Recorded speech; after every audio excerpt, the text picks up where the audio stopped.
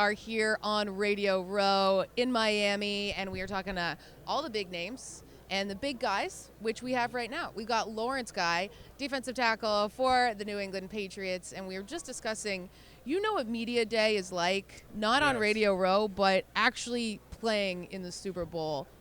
What was it like for you? Oh, it's exciting. You know, you get, it's not the crowd that's exciting. It's the questions that you might get asked. You know, who's going to be on the counter or for the dog show? And like, hey, we got a dog counter. Who's going to be Mr. February? Like, I don't know who's going to be it. I'm like, maybe a Shih Tzu. Who knows? You know, or they ask you like, what's your favorite taco? Or what's your favorite pizza spot? If you had a favorite car, what would it be? The best one is like, what does Belichick drive? What does he wear? What type of socks? I'm like, I don't know. I think you might have to ask him what type of socks he's wearing. I can't tell you what drawers he's wearing right now. That's mental gymnastics for you guys there. Like, you're not prepared to talk about the weird things, like right. Guess, You just right? there. You're like, but it's fun. It's and that's fun. the best Okay. thing. You get to enjoy the experience.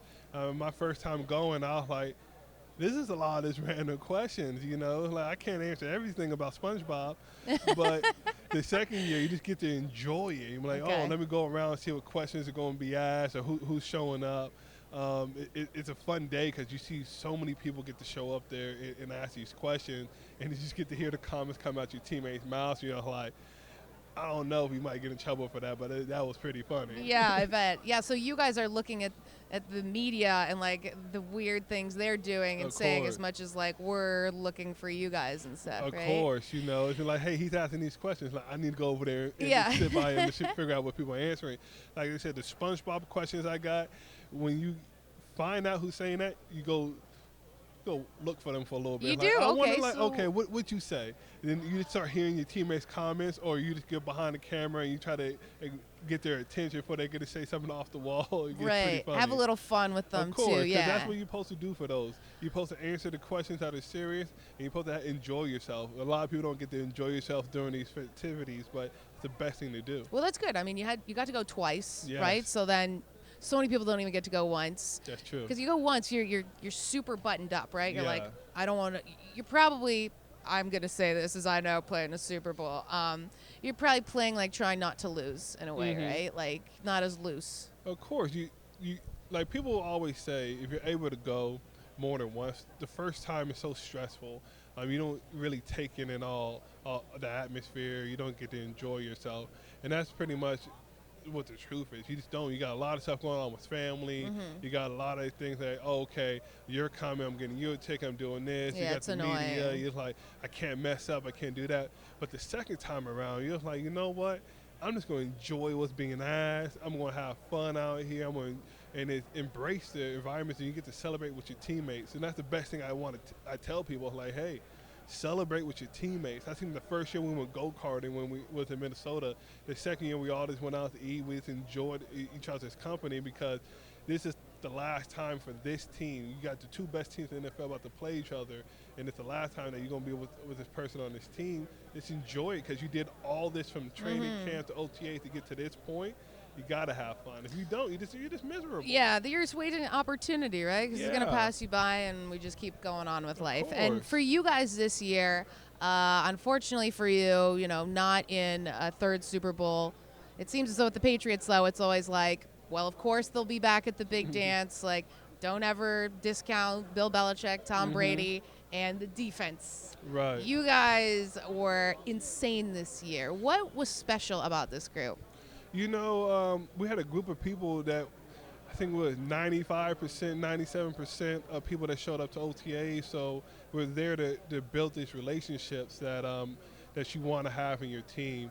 And as that develops through OTAs, the training camp, going against two different teams in training camp with the expeditions and going through preseason, you get to develop a brotherhood that everybody speaks about. But when you truly have that brotherhood, you see great things happen. We said we had bad games, we had good games, we lost games, we won games. We didn't go far, but we still have a brotherhood to the point where we understood what was going to happen the next day. It wasn't like, oh, what done is your fault. You should have done this. You should have done Right. it. You don't want to point fingers, and that's what was able to do this year is to play together and understand we all have our faults. Well, this is your fault. This is how we're going to play to this fault. This is my fault. This is how we're going to play to it. And we're going to move on from play to play to play. You don't see a lot of pointed fingers on the sideline when the cameras come there. You just see a bunch of people looking at the iPad, understanding, telling everybody to get their heads up and continue to go. Yeah, well, it seems when you watch the Patriots, it's like it's a well-oiled machine, right? Of course. Like, boom, boom, boom, everything's in place. We mentioned people asking about Bill Belichick and what kind of socks he wears, and all that. Those are usually the types of questions I would be very curious about. But in terms of just like he's always preaching, do your job. But like, how much of him is saying do your job, and then him also micromanaging everything to build a championship team? Well, when you buy in and you hear do your job and you do your job, you don't have to micromanage that as much because you understand the players are going to do what they need to do.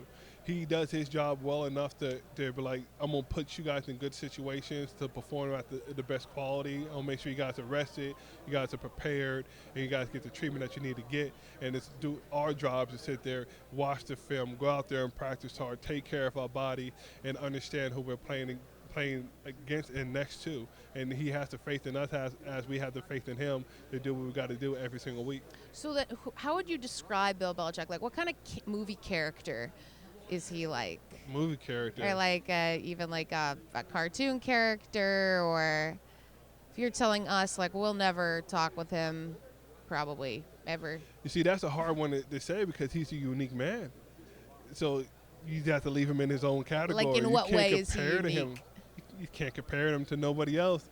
That's what makes him special. He is the dynasty of who he is.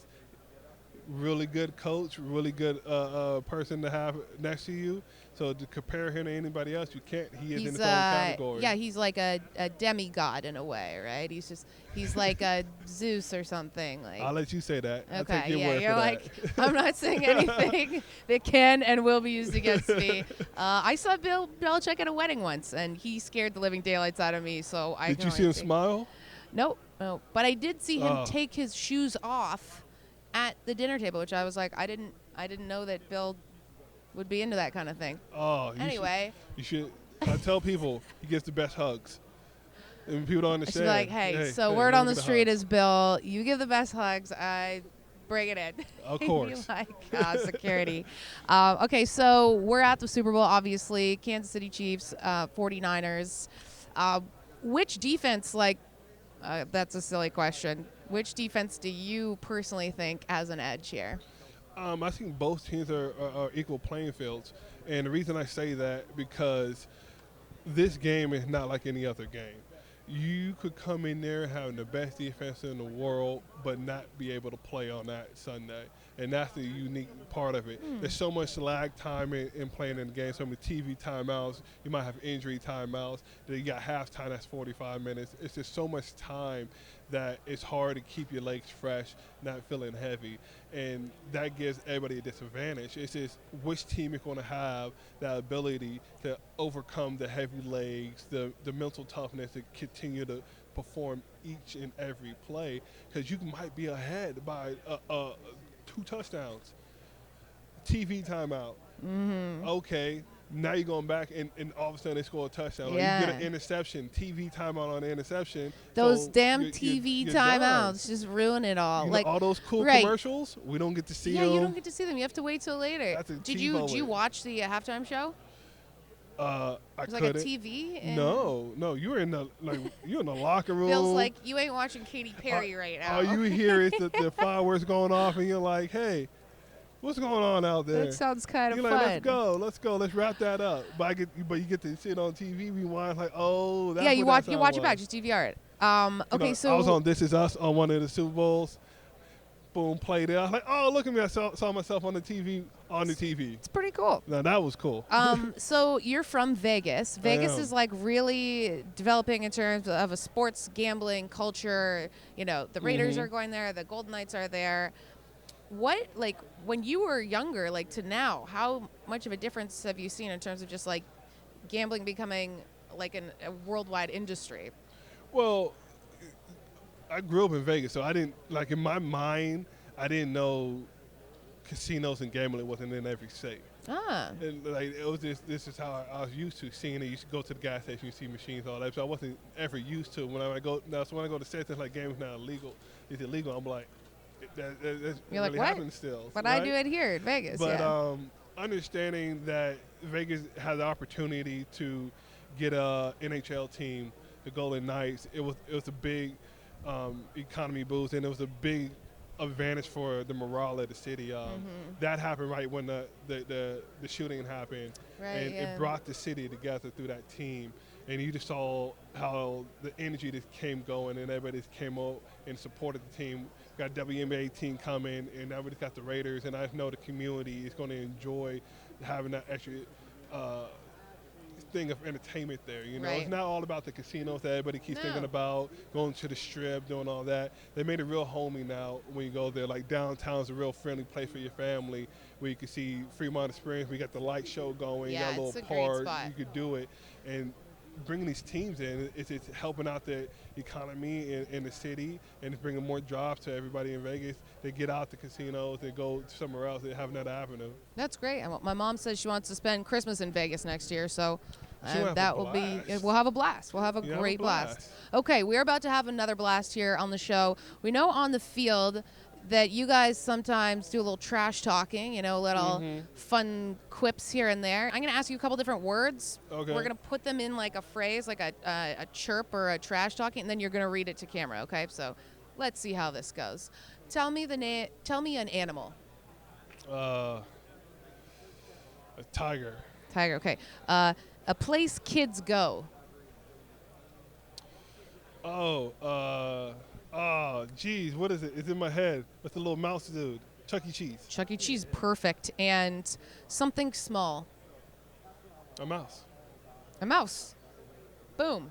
There we have it. Okay, let's All see our animals. results being calculated. Gonna chirp. Okay, so we want you to read this to the camera like you're trash talking him, okay? It's great. He's gonna love it. Okay. You see, I would read this, but what if I intimidate him coming into the game? Then I feel bad. Then I'm gonna play the video. Yeah, you like, take look out what some he real says. estate in his head. Well, You every know? single guy we've had sit down here has not been as courteous as you have.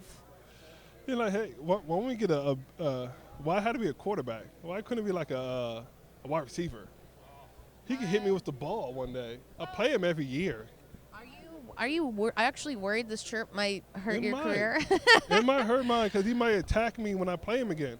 Do you want me to read it? Yeah, of course. Okay, and then yeah.